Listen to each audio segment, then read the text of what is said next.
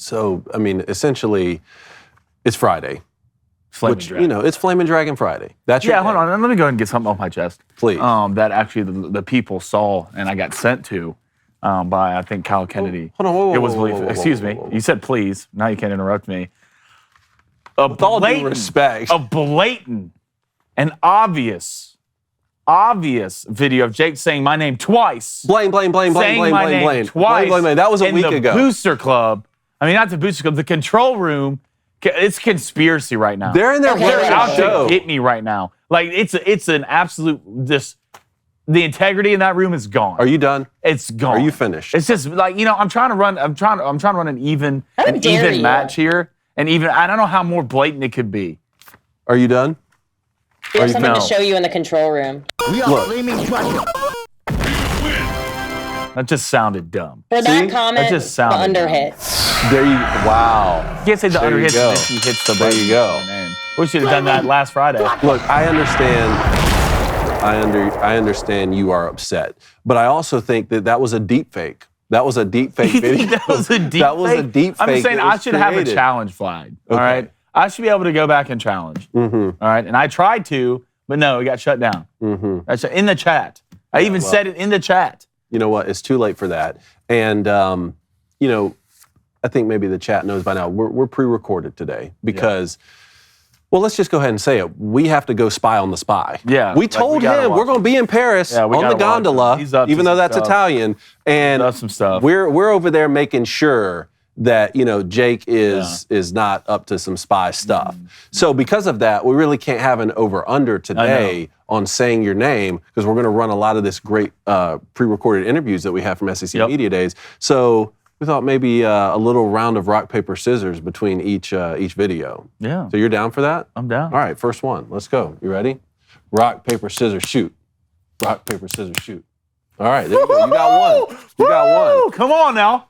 Well, we'll figure out the Flaming Dragon over and under. I don't want to talk about this conspiracy from last week. You just keep harping on, okay? Conspiracy's blatant. But we got a great show planned for you today. Got Shannon Terry from On 3. Boom. Got Justin Hokanson from Auburn. We got Jim Nagey from the Senior Bowl. You don't want to miss it. I'm David Cohn. Blaine Crane. Welcome to Crane & Company.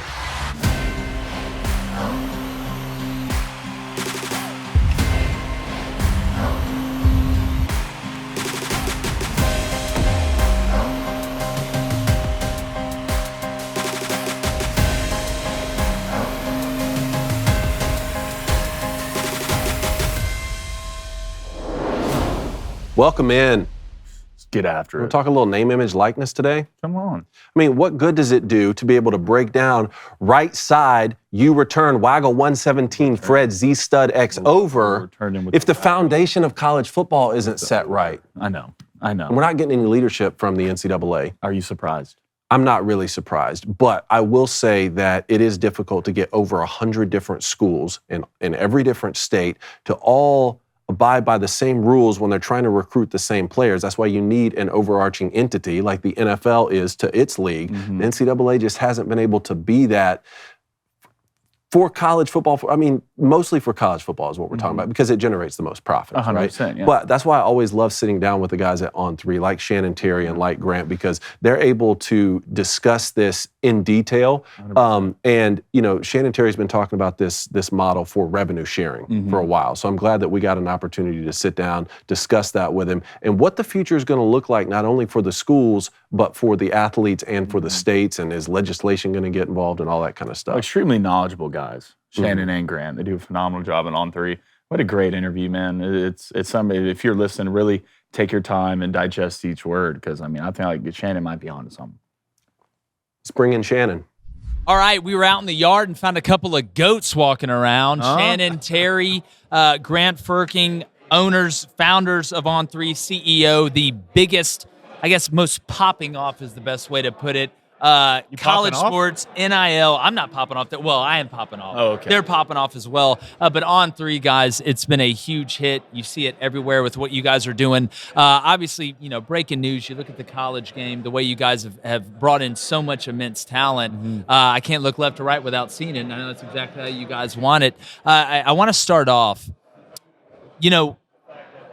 Shannon, and me and you've talked before with what you've created, and you guys coming together on this. On three seems like the cleanest one that's come out yet. You guys have every base covered. How much fun has this been watching this thing grow the way that it has been? I don't know if fun's the word. It will be. Yeah. It will be. Listen, this is my third kind of sequence of a startup. And I tell everyone, like, if you do a real startup, we have 200 employees. The first 2 years absolutely suck in every way. And so for every good thing that happens, there's 4 or 5 bombs that day that you've got to put out. It will be fun. It's exciting. We picked the right category. I love college sports. I have a passion for college sports and 30 years experience. And we need to get this one right because there will not be a Fantastic Four. We're stopping it on 3. This is the trilogy. This is it. Trilogy. This is it. Yes. Yeah. Grant, and what you've, what you guys are building, just talk about the vision as you guys continue to put this monster together. Yeah, it's really unique, and in my perspective is unique. Obviously, I don't come from a background of sports media, but, kind of as an entrepreneurial background and, sharing that same, passion and drive with Shannon and being so closely removed from the game. Yeah. It's so unique to just get to interact, especially in my dealings, much more with the athlete of, being in the most exciting time of college athletics. And he talked about it yesterday. Like, this is the most enthusiasm in an off season that we've seen in a long time. I mean, nobody knows what next week's going to look like. You see, state laws changing left and right. You see, coaches deciding to stick around and keep coaching. You see transfer portal wild. But to be so closely removed and to have played, in a pre-NIL era, if we're going to talk about NIL and transfer portal and all the crazy things going on, I played before that, I played during it, and now I'm so closely removed to it.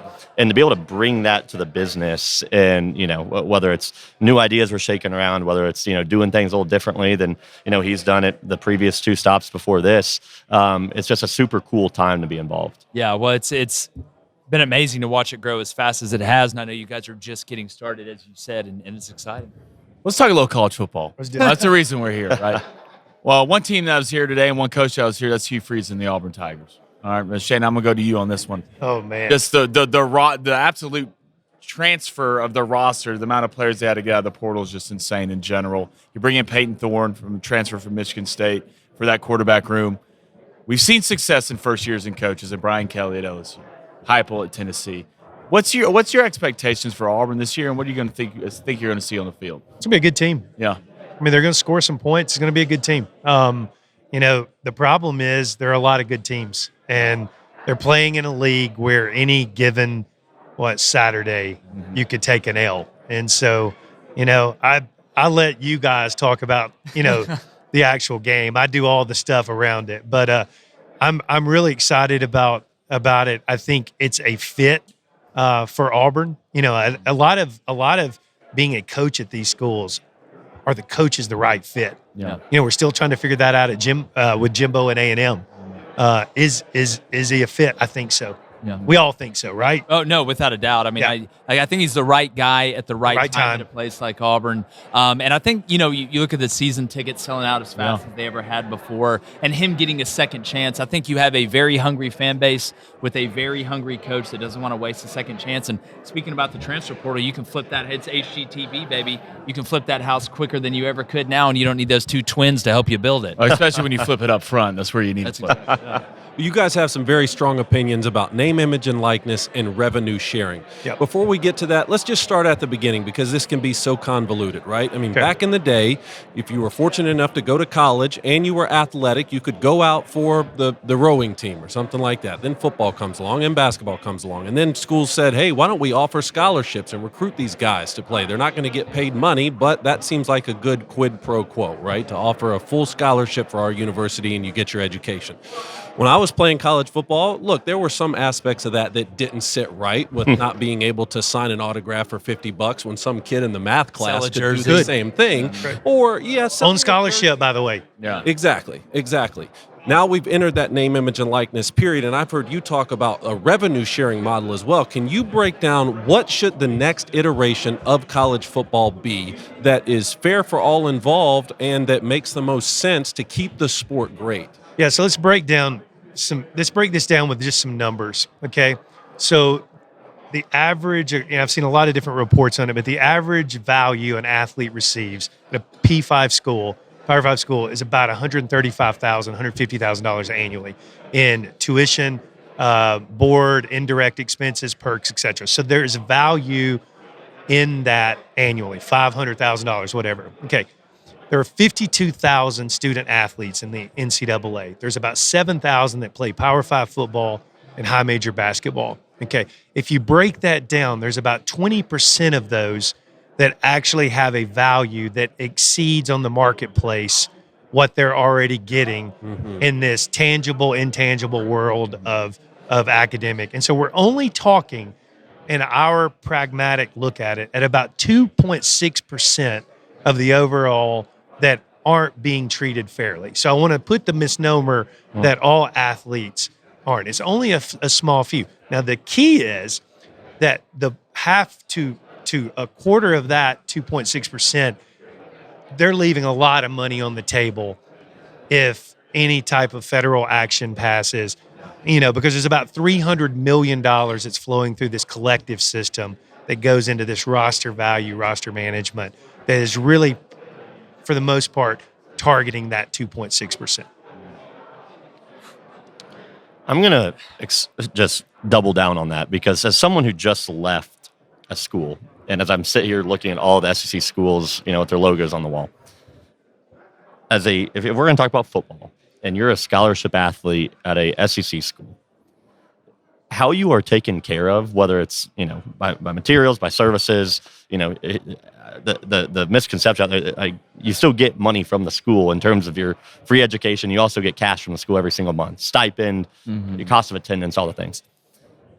College athletes are treated very well, and when Shannon said it's a very small percentage and a small group of athletes that quote unquote aren't getting their fair share. That's true.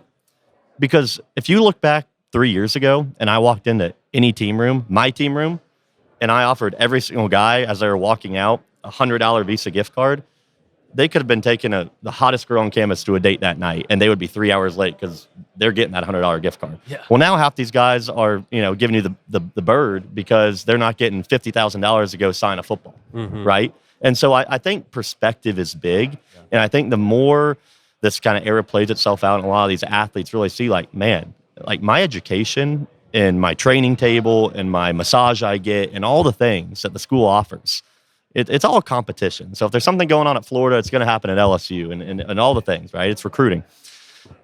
These kids are getting well taken care of. Very well taken. Let me add one point, because I was thinking about your question. Revenue sharing is going to happen. And how's it going to work? I think there are three ways in which this thing could all fall out. Okay, the first, and these aren't in order of operation, the NCAA threw out a Hail Mary for federal action. Okay, and that would allow them to basically maintain and control their association as they have for decades. Okay, we don't think there's any form of that's going to happen that's substantive. Okay, a second version that could happen would be a couple of the conferences, or one of the conferences, or a few of the conferences break out, and set up their own association. Okay, that's a little more complicated, and then that creates some problems with Title IX and labor and labor relation laws.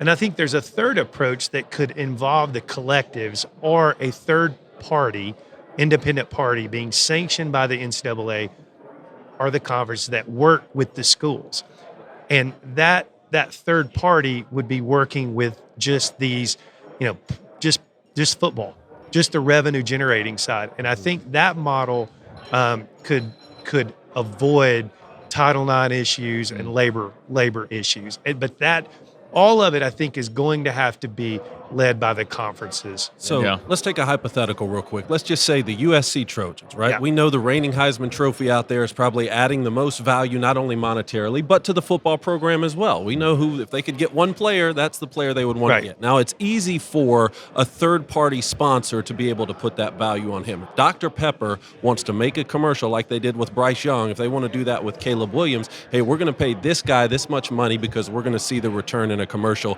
rather than, say, the left guard. There's an ROI.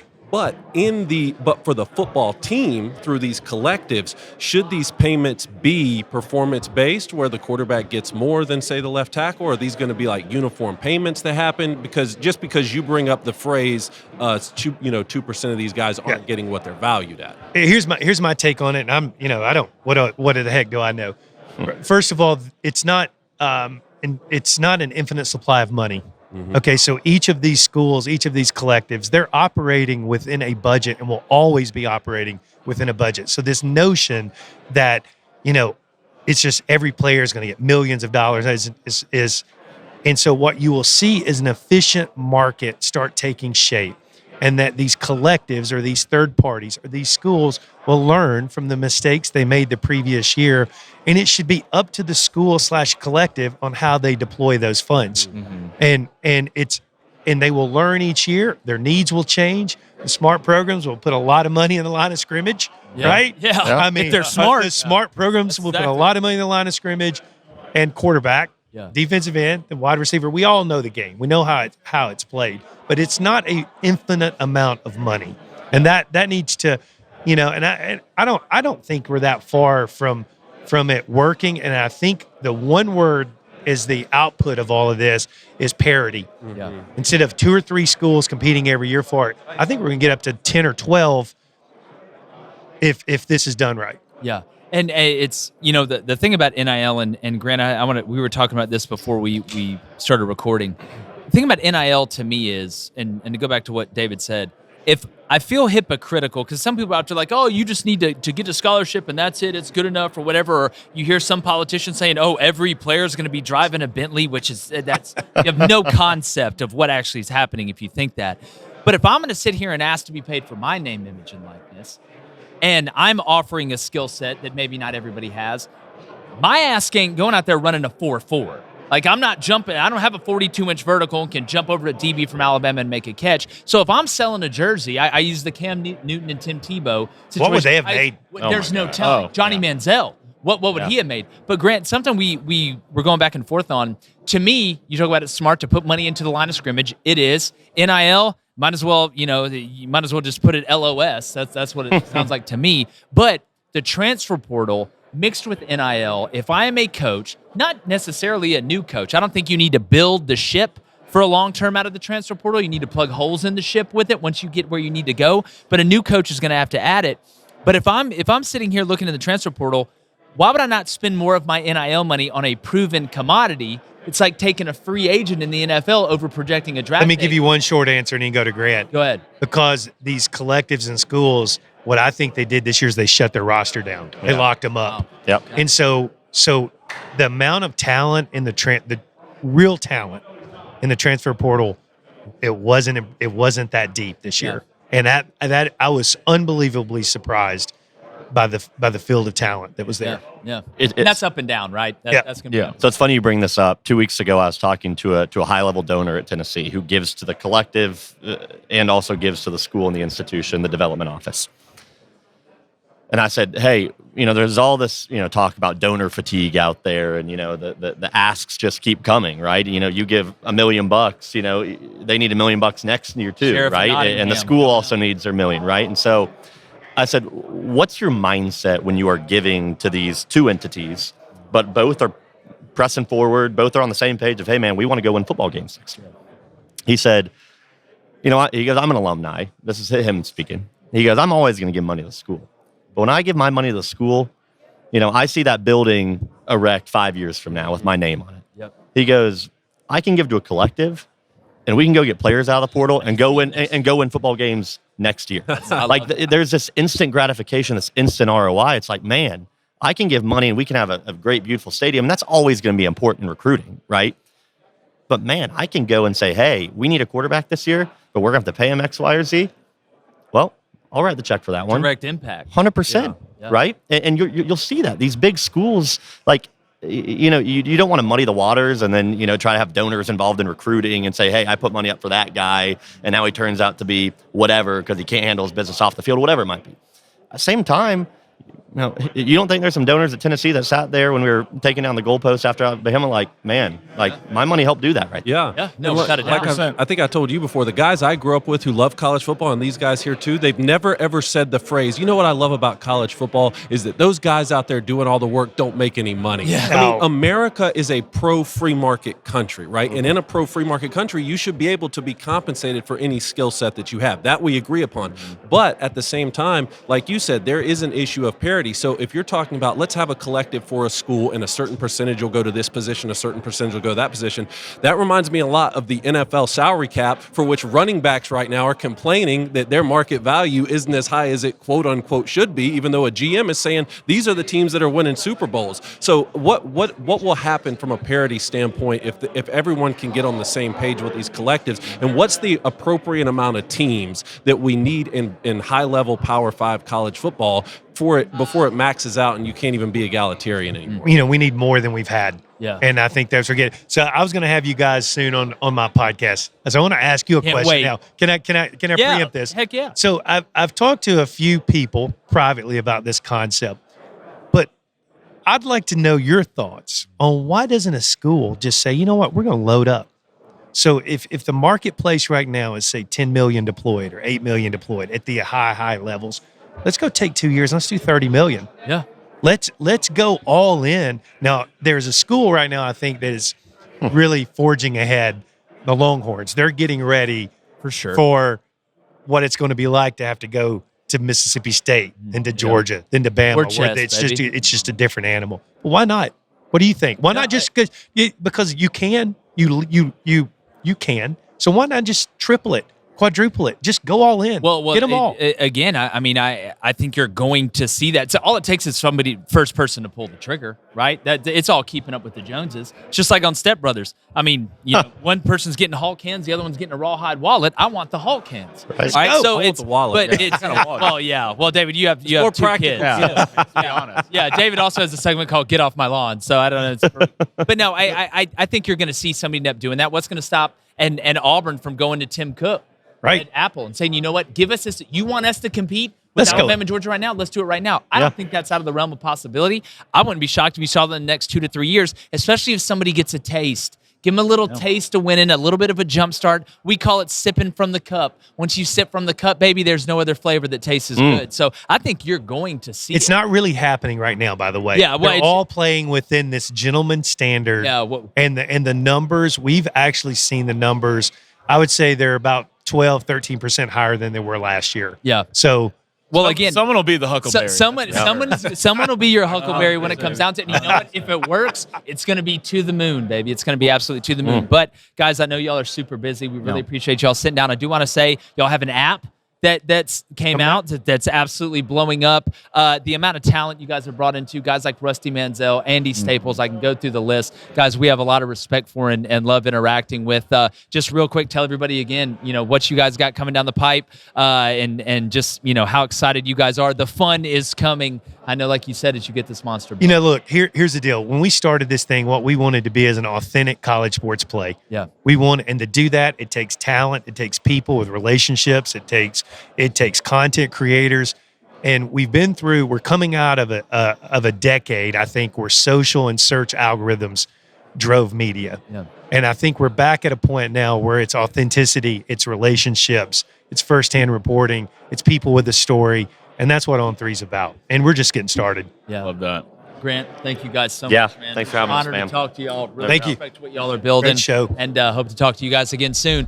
Look, we're talking about the future of college football here. Yeah. Talking about right wing waggle 117 Z stud X over only matters, if you have the foundation of college football where it needs to be. So I really like I like talking to those guys, and we're going to be they do a talking great with job. Senator Tommy Tupperville too. A little bit of leadership here from the NCAA, I think, would go a long way, or from anyone. Yeah. I don't know how you're going to get over 100 different football programs to all play by the same rules when they're fighting to get the same recruits. But, we'll see how it plays out. It's going to be tough to get done, but they do a great job over there. I love how it was the one guy that interviewed. I was like, ask a football question. I didn't know it was like just an NIL thing. Well, I don't think it was. What's wrong with asking football questions? I didn't think so either. But, I thought it was just like I learned out after the interview. It was like mostly NIL stuff, you know. So Good job. Good job. Good job, man. I didn't know. Good job. Like, Shannon came on the show. He talked about football. I thought I could ask a question. Hey, be nice to my friend Blaine. I know. I can say that You're right. today. You're right. Okay, because we've changed the rules. Little mailbag? Mailbag. Maybe a little mailbag question for you. This one here from Matthew Raridan. up, Matt? With the sudden odds shifting and showing Shohei Ohtani staying with the Angels, does that mean he re-signs with them? And if so, what do they have to do to finally become a contender? I don't know. If he doesn't sign with him, where does he go? I don't. Well, one, hopefully he goes to the Yankees. Pinstripes? Two, I said, if you're Shohei, why would you stay? Why would you? Look, if you can't be a contender with Shohei and Mike Trout, I don't know if you'll ever be a contender. I really don't. What else can they do?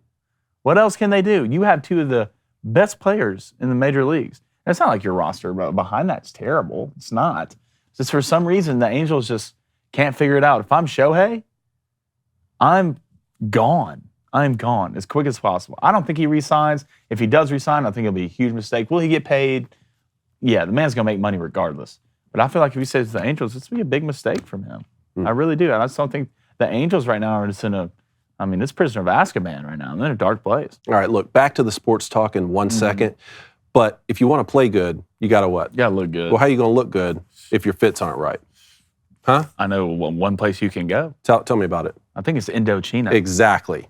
Suits on deck. Indochino. It's time to take your style to the next level. Dressing for success can help you look better and be more confident. So whether you're attending an important meeting or networking event or simply want to impress your colleagues, our friends at Indochino have everything you need. I ordered a gray suit from them. This was probably 8 weeks ago. Got fitted up, perfect fit, just like a tailor made it. Wore it to a wedding. Wore it to the rehearsal dinner the night before for the wedding. Love Indochino. Tell the people about the stuff you got. I ordered a black suit. Right? You got a full suit? Yeah, full suit. Nice. 100%. Come on now. I like to act like a secret agent during some weekends, so I just wear the black suit around. And Great. So now you're a spy too. Pretend I'm talking. I'm to on my a show with two earpiece. brothers who are I'm spies. just pretending I'm talking to my earpiece. Oh my goodness. Don't kill him. Well, you know what? If you're going to be a spy, at least look good in an You're damn Indochino suit. It's not just shirts. Indochino has high-end suits at affordable prices. Now you can look great at every event. Indochino's camp shirts are the perfect addition to your summer wardrobe. You have to check out their site or at least browse through the options. They literally have a shirt perfect for the beach, a barbecue, camping, or any occasion. Go to Indochino.com and use promo code BOOSTER to get 10% off any purchase that's $399 or more. That's Indochino, INDOCHINO.com, and use promo code BOOSTER, BOOSTER. All right, I want to go to David Street here. We've had a little back and forth with him talking about Florida football since you and I discussed them a couple weeks ago. So he says, look, this is mostly for Blaine, but can certainly apply to Cone as well. Your criticism of Billy Napier's handling of Anthony Richardson was definitely fair. That being said, if you looked at how our season went, I think you'll notice that generally speaking, our best players were the ones that Napier brought in, while the ones who underperformed generally were Dan Mullen recruits. Do you think it's fair to assume that once Billy Napier has all his guys at Florida, we will be a much better team? Would love to know your thoughts.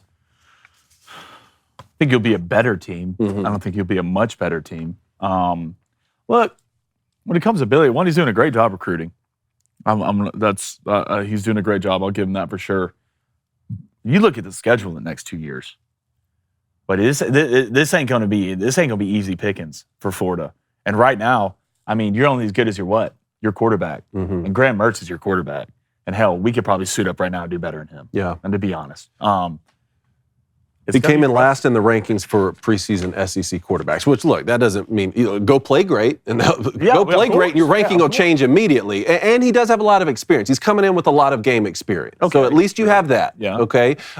David Street here said your criticism of Napier's handling of Anthony Richardson. I don't know. Maybe I'll only speak for myself. I can't remember exactly what you said on this topic. I didn't really criticize Billy Napier's handling of Anthony Richardson. I just pointed out the fact that you had a losing season with the number 4 overall recruit the number 4 overall pick in the NFL draft. Now, David Street came back and he was saying that Anthony Richardson was largely drafted on potential more than what he did at Florida. I understand that. And plus, you and I said that he shouldn't have been drafted that high in the first place. 100%. But I'm saying that doesn't change the optics. Just like we were talking about with Nick Saban in Alabama last year. Not the best football team Nick Saban has had, but you had the number 1 and the number 3 players drafted in the NFL, possibly the best offensive and defensive players in the country. Those are the optics for college football fans. That doesn't change that. But yes, to answer his question, Billy Napier finally being able to recruit the players he wants and get the roster in a place that Dan Mullen had mismanaged. For sure, 100%. I mean, Dan Mullen's a great play caller. Hey, a 3rd and 4 on the goal line, I want Dan Mullen calling my plays. Yeah. But, there were deficiencies in the roster. So, yes, of course, give Billy Napier the time to get his guys in. And, hey, it can't happen too soon when you look at not only the schedule they're going to have to play this year, but they maybe have the toughest schedule in the country for 2024 when Texas and Oklahoma come in the conference. I mean, but isn't it a coach's job, right, to unlock the potential of a guy? Sure. Right? Isn't that the coach's job? Is it me or did Anthony Richardson get worse throughout the season? Mm-hmm. In my opinion, he did. He played a hell of a game against Utah. Mm-hmm. Hell of a game. I mean, he had a 52% completion percentage, 17 touchdowns, 10 interceptions. Right? He didn't get. It's your job as a coach to elevate your players throughout the season. Right? That's what the best ones can do. Mm-hmm. Right? Even with Nick Saban in Alabama, they had a down year. I guess they won 11 games. Well, here's what'll be telling. And I think Billy Napier's future at Florida will be decided before we know exactly what Anthony Richardson can and cannot be 100%, in the NFL. But what will be telling is if AR goes into the NFL and all of a sudden he's Cam Newton reincarnate, then that doesn't look good for Billy Napier. No, it does not. Because you couldn't get more out of him at Florida than that. But if Anthony Richardson ends up being one of those top 5 overall busts in the NFL for going number 4 overall, but then not really performing well in the league, well, then at least Florida fans can say, no, see, the league got what Billy Napier was dealing with too, right? Just a quarterback who has a great physical skill set, who is worth taking a chance on if you're a franchise because the ceiling is through the roof, but at the end of the day, just couldn't find a way to be accurate with the football or whatever. The way that the Chargers have hit with Justin Herbert, right? Like drafted mostly off potential more than what he had done at Oregon, and now I think what was it, 1,300 completions in the first 3, blew Andrew Luck's record out of the water. There's a few different ways this can go, right? But look, I'm rooting for Billy Napier. I like Billy Napier more than I actually like the University of Florida, just because an old feud going back to college when we played them in the Citrus Bowl. But I want Billy Napier to do well. I do too. I'm not rooting against Billy's downfall. I just don't see it. All right, buddy. We're going to talk a little Auburn football with Justin Hokanson, but before we do, round 2. Oh, we're back Rock, at paper, it. scissors. You ready? Let's go. Rock, paper, scissors, shoot. It's not good. It's not good to go down 2. It's not good to go down 2 in a best of 5, but I thrive off adversity. There you go. Which, hey, that's what Hugh Freeze is going to have to do this season. Yeah. So let's talk to Justin Hokanson. All right, we are here with Auburn Lives from On3 Sports. Justin Hokanson in person. Typically with Justin, we're having to go remote, but it's a home game up here at SEC Media Day 2023. Hoke, first off, it's good to see you, brother. Good to see y'all. What's up? Definitely, man. Feeling it, man. This is y'all's home field. Home field, man. Walked straight out of the studio, came over here. Producer Justine and our boy Mike's, on the 1s and 2s, handling business. Hugh Freeze today. Yeah. Auburn Day today. Where we stand right now, Justin, compared to where we were last year, and I say we, obviously, me and Blaine are Auburn fans. Cone is a Michigan fan, a little bit of Alabama over there. We're not going to bring that up. The positive momentum at Auburn right now is times 1,000 of where it was last year. And I think I attribute that. Obviously, you look at recruiting and the momentum they have going there, but it just feels like Hugh Freeze is the right guy at the right time for Auburn. A proven winner in the SEC, a guy that has beaten Nick Saban before. Can you feel that positive momentum? I mean, you deal with it every day over there, not only on the boards, but on the site. Yeah, you can see it. You can feel it. I mean, it's evident. The season tickets being sold out is a huge one. I mean, they've never sold more season tickets for a season than they just did, ever, in the history of the program. That speaks volumes, I think. And, yeah, it's a big difference. I mean, last year, Brian Harsin walked in here. You have what happened his first year. You have the off-season stuff, and it was just it was an era of, it was almost like no matter what was said, nobody really believed it. Yeah. He walked in here and said, "Just watch," and everybody's like, I don't see. Yeah. We did. Yeah, we did. We all watched, Brian. It's just different now. I mean, there's legit excitement. Recruiting is a big part of it. I think people are seeing. Because on-field hasn't happened yet. They're seeing recruiting results, getting some kids committed. They're seeing the attention from other kids, so they're seeing the work being put in there. And so I think they're just hopeful. They're hopeful. And look, as bad as the Brian Harsin era was, that helps Hugh Freeze. That helps the optimism now because they remember just not long ago how bad that was and how frustrating that was. And so I think that helps the optimism now. You don't have to be that great to be at Auburn right now, and they would probably love you at this point. But Hugh has that way of kind of rallying the fans. He sort of talks on their level, which I think helps a lot too. So, yeah, pretty excited. And then we'll see. The season's got to start, and you got to win football games. But as for now, I think you're about as good as you could be in terms of optimism, hope in the program. I don't know that you could be in any better a spot before you've played some games. Yeah, when you look at the roster too, I mean, the amount this roster is flipped is right up there with just about anybody. The era of the transfer portal, the freedom in the transfer portal, being able to do that. And we can sit here and talk about every position group, but I think the most beneficial position group that has been flipped is the offensive line. Can you just talk about some of the newcomers? And again, if you're going to bridge the gap, if you're going to give yourself a chance, it's got to be up front. Yeah, huge flip there. I mean, I can't remember. I wrote about some of the differences in snaps, and I can't remember exactly what they are, but the difference in production that you're bringing in. You got Gunnar Britton coming in from Western Kentucky. Mm-hmm. You got Jaden Muskrat coming in from Tulsa. You got Dylan Wade coming in from Tulsa. You got Avery Jones coming in from East Carolina. You're looking at least 3 new starters from the portal, maybe 4 if Muskrat finds his way in there. But Britton, Wade, and Jones are all going to start.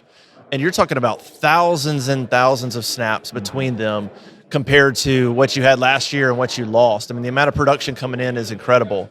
And then you've got, obviously, a couple of freshmen coming in that they feel good about.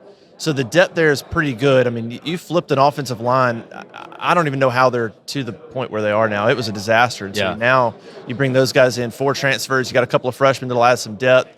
Jeremiah Wright comes back. And you feel like, you probably got, I think you've got 6.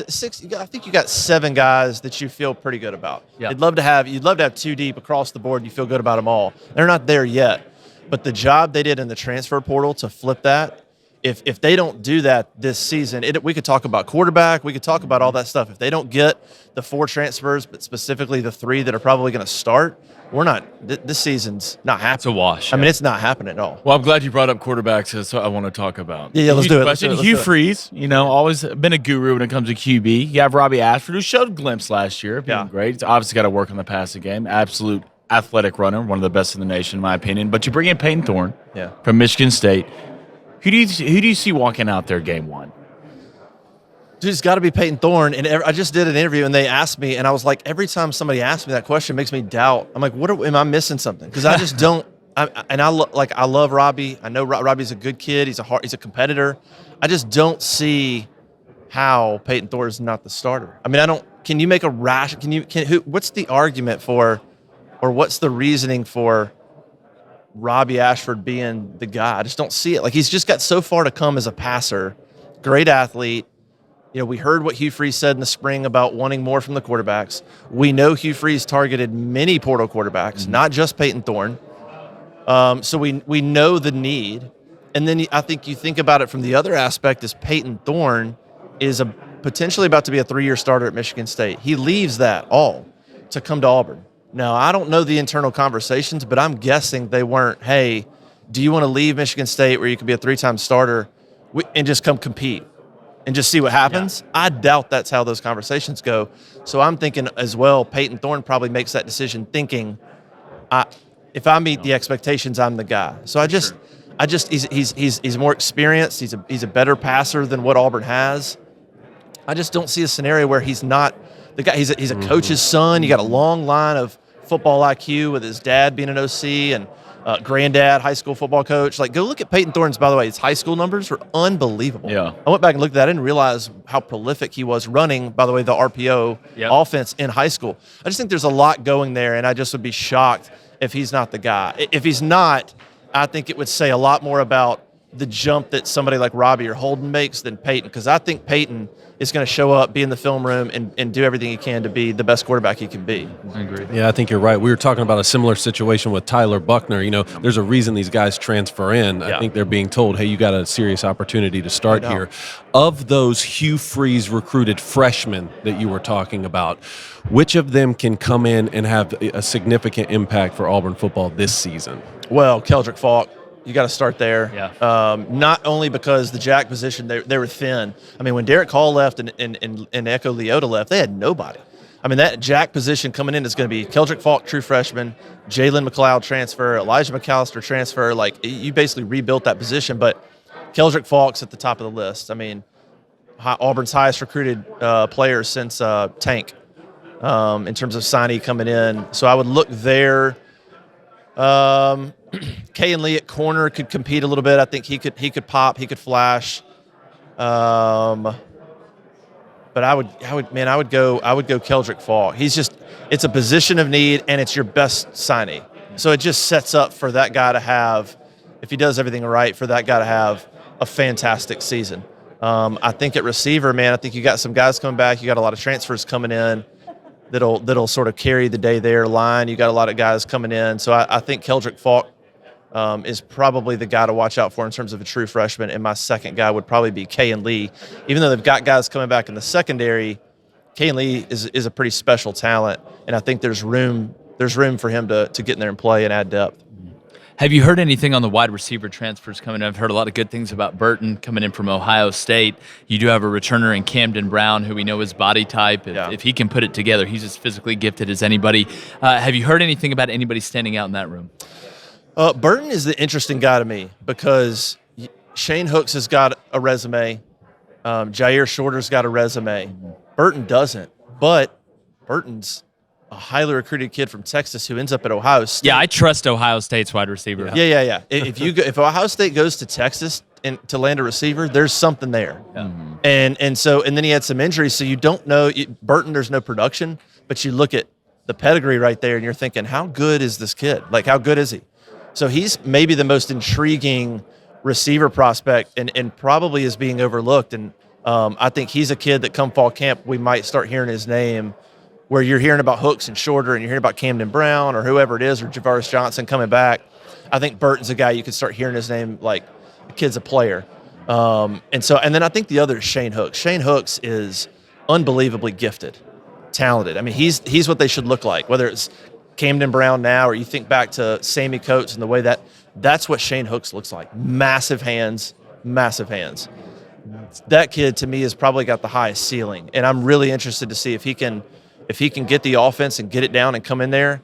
That's a sleeper guy that's got gifts that not a lot of receivers, even in the SEC, have. He's got the gifts. It's just a matter of coming there and acclimating.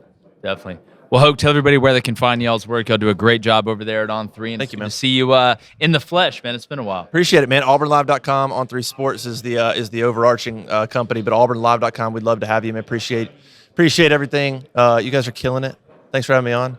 Shoot, man. Look, love to. I'm just glad the season's almost here, man. I was starting to panic like Jodie Foster, man. Did you see Jake make the prediction that Auburn's going to have the same record as Bama? That's not what I said. That's not. I said it. 100%. He was like, it makes total sense. Yeah. Probably gonna happen. Yeah. He said, if I was a betting man, and I am. Yeah. 9-3. You said you'd be shocked if it didn't happen. No, I tell you what, great, awesome. Good. Let's just keep pushing that narrative, because if it does happen, I'm gonna be hell. I'm be hell here. I'm be hell on that. I'm be hell on that Bird app. I'm be hell everywhere we go. But I said it's more probable now than it has been in a really long time. It's gonna be interesting to see SEC West more wide open right now than it's been in a while, Justin. Yeah, it is. Yeah, I mean, everybody thinks Alabama's slipping, which I don't think. I'm not. Yeah, I mean, slipping. Slip up and win 11 games. Yeah, slip up and go 11-1. Yeah, Terrible. Man, I'd love to slip up like that. Yeah, definitely. But we appreciate it, brother. Always great to see you. Make sure you subscribe. Check out AuburnLive.com as well. There it is. Hope gets it. What's going to happen on the plains this year, man? I don't know. I don't know. Can't be as bad as last year. 7-5. Would love 8-4. 8-4. Would love 8-4. 9-3. But let's go undefeated. What if he had the same record as Bama? Hear me out here. 10-2. Shut up. Huh? Stop it. Stop it. Why? There's no way. There's no way. Hugh Freeze, year one. 11-1. Look, if we could win 8 games, Got the sketch right here. Pull it up. Read it out. UMass. Feel good about it. Week Look, one, I'm feel gonna good be about honest with you. I'm gonna be honest. If y'all don't beat UMass, I'm talking about if y'all don't run them off the field. I'm scared. Week 2 scares me. What is it? We're at Cal. Cal's terrible, Go beat Cal. but still, Go beat it Cal. scares me. This feels like maybe a 4 turnover game. Go beat Cal. Have an In-N-Out burger. Come home. Sanford at home. Mm-hmm. That'll be good for us. Go to the road at A&M. Texas A&M. So if you can go into that game 3-0, maybe go steal one on the road. Who knows what? Hey, by that point, Bobby Petrino and Jimbo Fisher, they could be best friends, or one could be off the staff at that point. Yeah. I have no idea. So if let's say we win that game. Okay. All right, we walk into Georgia at home. Go ahead and put 4-1 on the sketch. All right, then we go to LSU. 4-2, guys. We're 4-2. All right, then we got Ole Miss at home. I don't know, but we just sometimes find a way to beat Ole Miss. Yeah. I don't know how. I always go back to when Chris Frost or someone tackled Laquan Treadwell at the 1, and he fumbled, and we end up winning the game. Mm-hmm. Somehow we always win that game. Mississippi State at home, don't feel great about it. Vandy on the road, deathly terrified. Vandy's going to be pretty good this year. All right, then you got Arkansas on the road. And New Mexico State at home. Then you play Bama at home. Yeah. I don't know, Dave. I don't know. I hate this. Why? I just hate it. You're never going to not hate one of the schedules. Like, there's never going to be a time where you look at the schedule and you're like, all these games are easy. I'm just going to be ready. Yeah, if you're a Georgia fan, yeah. You're going to schedule like, yes. It's pretty easy this year. Yeah. But, hey, I mean, they go to Tennessee. They go to Auburn. They're do some football games. Yeah, it must be great. Let's come to Auburn. Can't wait.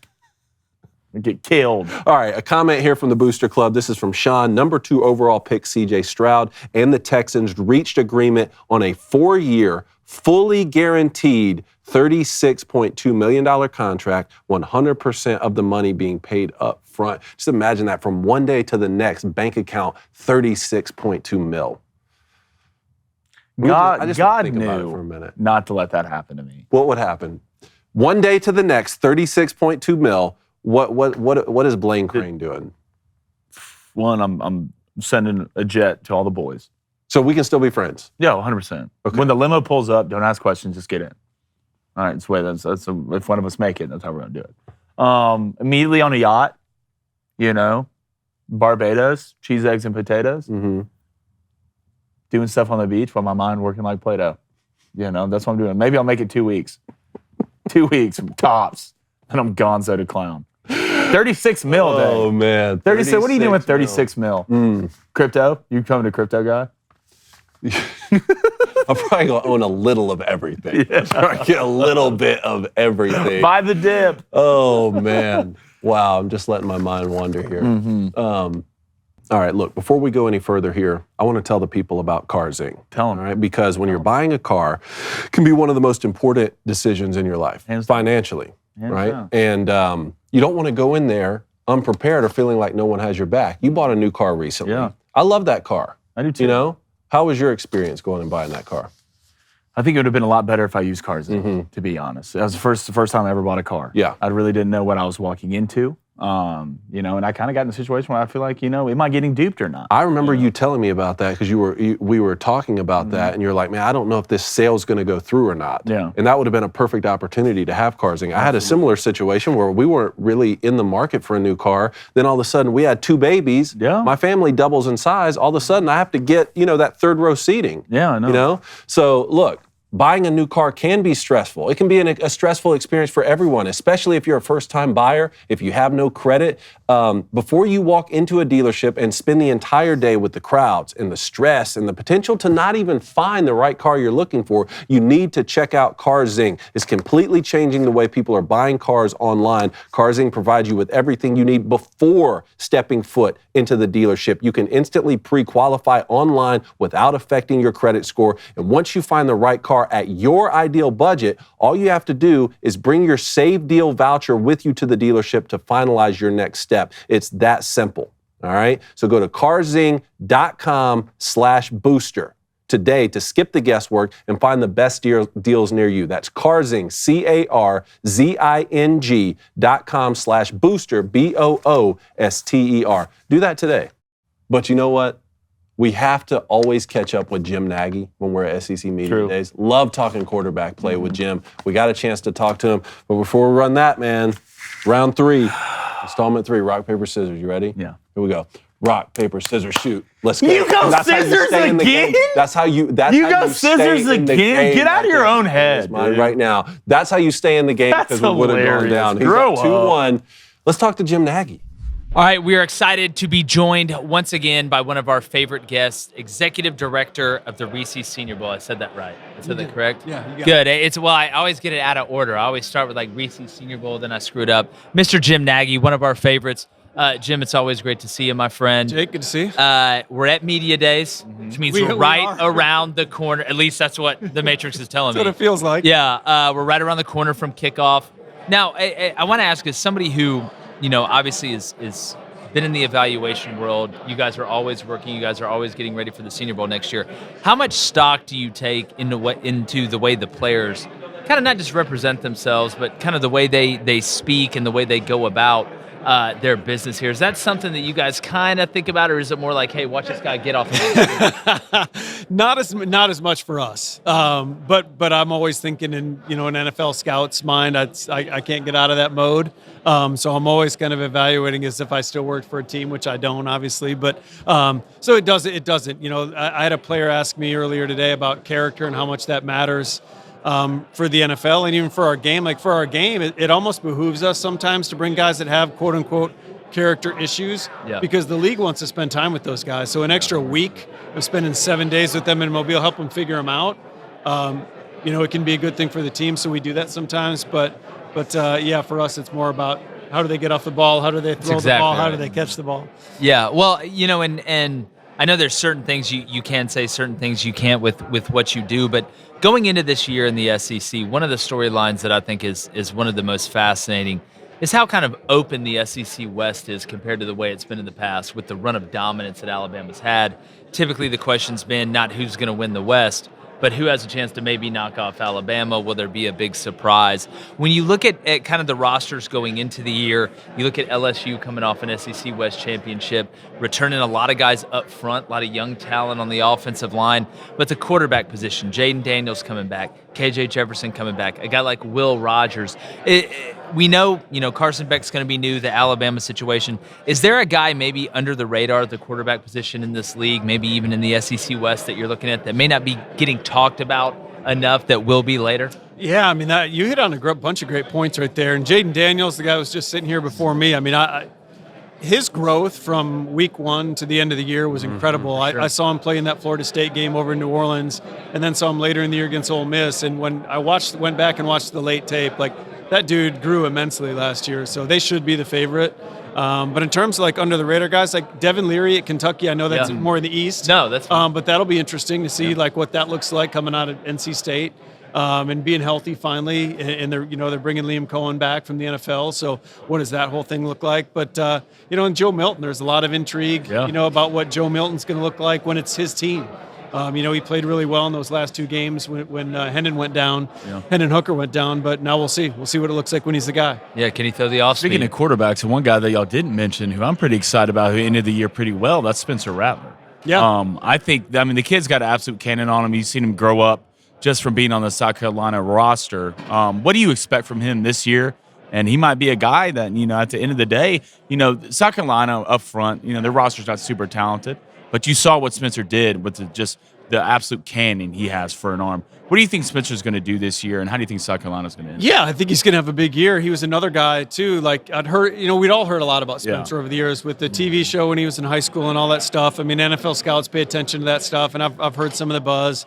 I'll say this, I expect a big year because talking to the people inside the building, they expect a big year. They said he had a phenomenal spring. I've said this before. If you just watch the Tennessee game from last year where he threw 6 of his 18 touchdowns in one game, I mean, he looked like a really high, he looked like a first or second round draft pick in that game. Now, there was other points in the year where it didn't look like that, but I think it'll even out. I think this year coming back, he's got some nice skill people to get the ball to. So, no, I expect a big year for Spencer. Jim, what's it going to take for Michigan to win the national championship? So listen, hear me out. So I ran into two guys in the hallway, Darius Robinson from Mizzou and Javon Foster from Mizzou, their left tackle and their defensive lineman, both from Detroit. One went to West Bloomfield High, where Ronald Bellamy, one of Michigan's coaches, was at.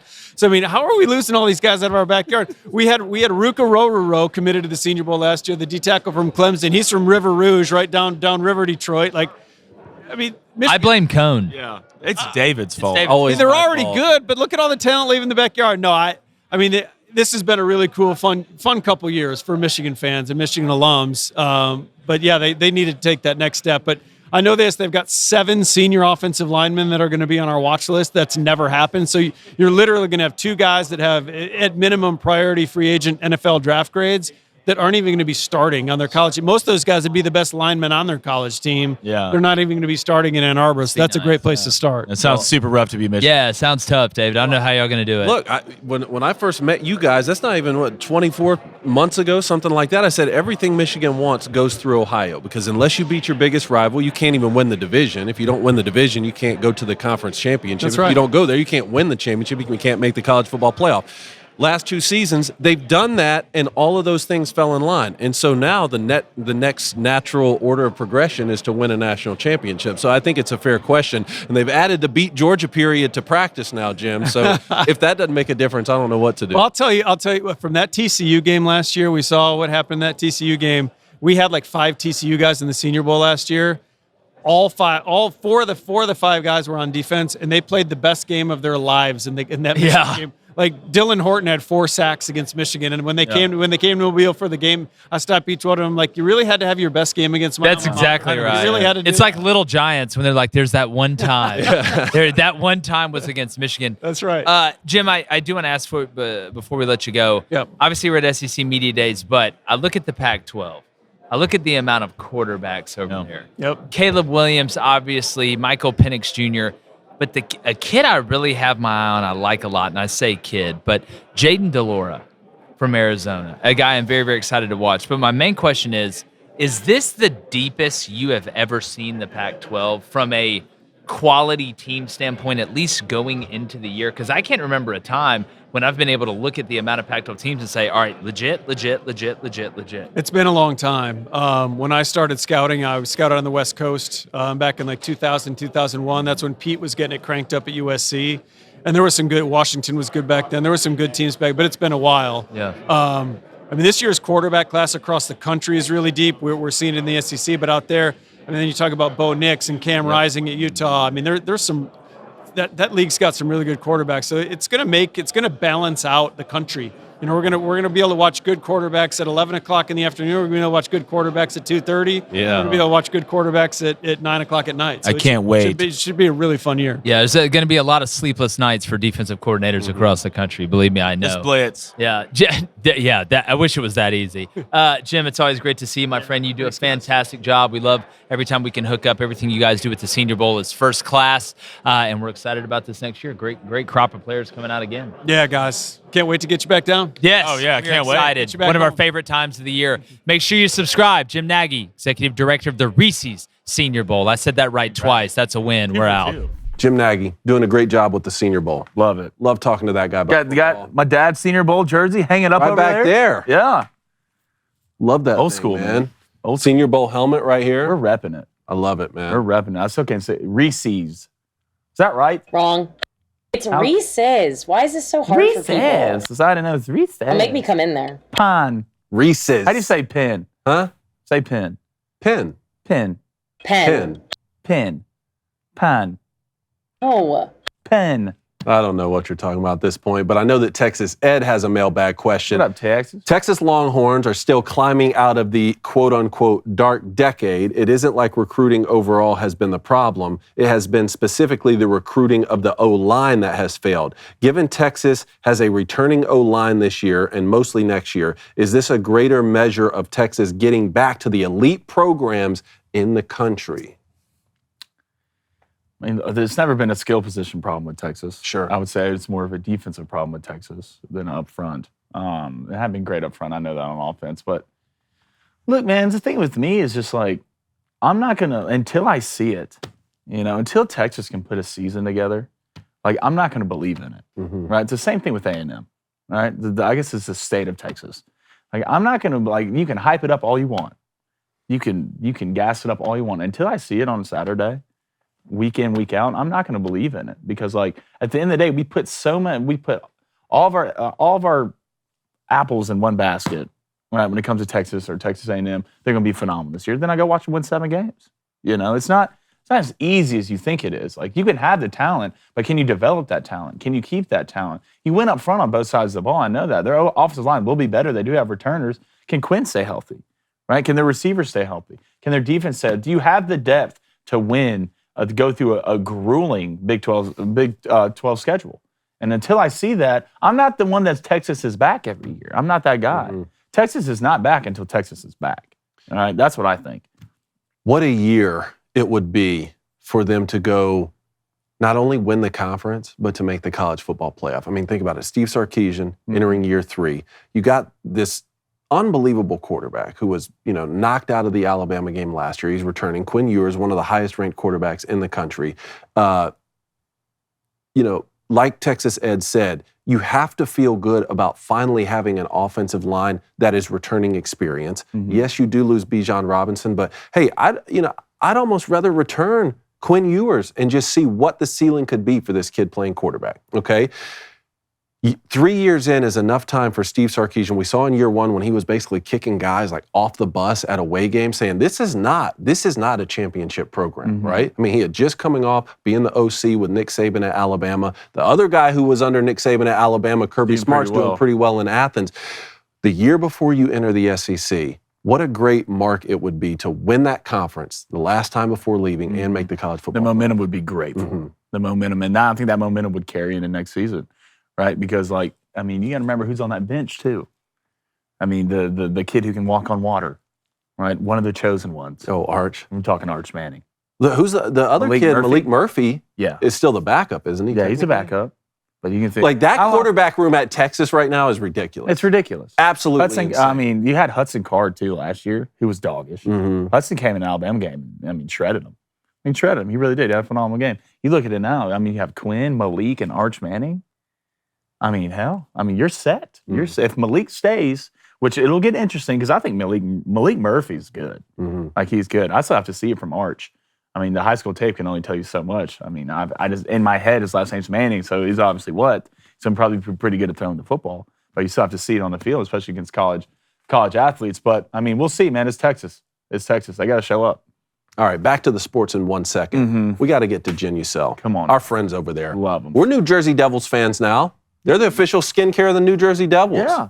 You think you can just be the official skincare of an NHL hockey team? You got to be elite. Unless you're up here. You're top tier. Top tier. Look, I'm using Jen Ucell twice a day. Not gonna lie, morning and night. I've used the dark spot corrector. I've used the special under eye cream. I'm loving the stuff. You look phenomenal, bud. Well, thank you. You're Don't welcome. stop. No, I'll keep going. We'll make this whole show about no this. No dark right spots now. on your eyes? Wonder why that? You got 2 babies. It's not like you're getting a lot of sleep, No, I'm not. And now the whole family's getting in on it because the wife's been using Jen Ucell. I got the mother that the complete care package. There you go. For Mother's Day. So look, our friends over at Jen Ucell sold out of that dark spot corrector. And our listeners have been begging for a restock. Well, great news. Just in time for summer, it is back in stock. Jen Ucell's famous dark spot corrector has not 1, but 3 cutting-edge ingredients and goes to work fast to target sunspots, dark spots, liver spots, and even old discoloration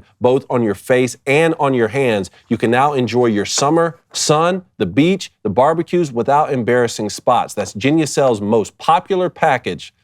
Jen Ucell's most popular package also features their summer essentials, like the best-selling Ultra Retinol Moisturizer with a powerful retinol alternative for safe use in the sun. You'll be amazed at how quickly you see results, or 100% of your money guaranteed back. Go to JenUcell.com/booster right now to get your dark spot corrector into Jen Ucell's most popular package. That's Jen Ucell, GenUcell.com/booster,